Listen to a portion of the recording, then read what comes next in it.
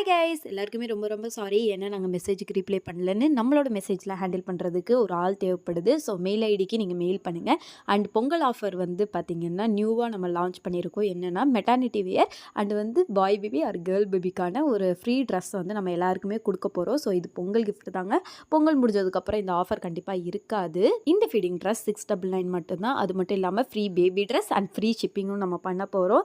அது மட்டும் இல்லாமல் இன்னொரு முக்கியமான ஆஃபர் இருக்குது. ஒரு dress 699 and free shipping. So நீங்கள் 3 ட்ரெஸ் வாங்குனீங்க அப்படின்னா உங்களுக்கு ஒரு ட்ரெஸ் நாங்கள் ஃப்ரீயாக கொடுக்க போகிறோம்.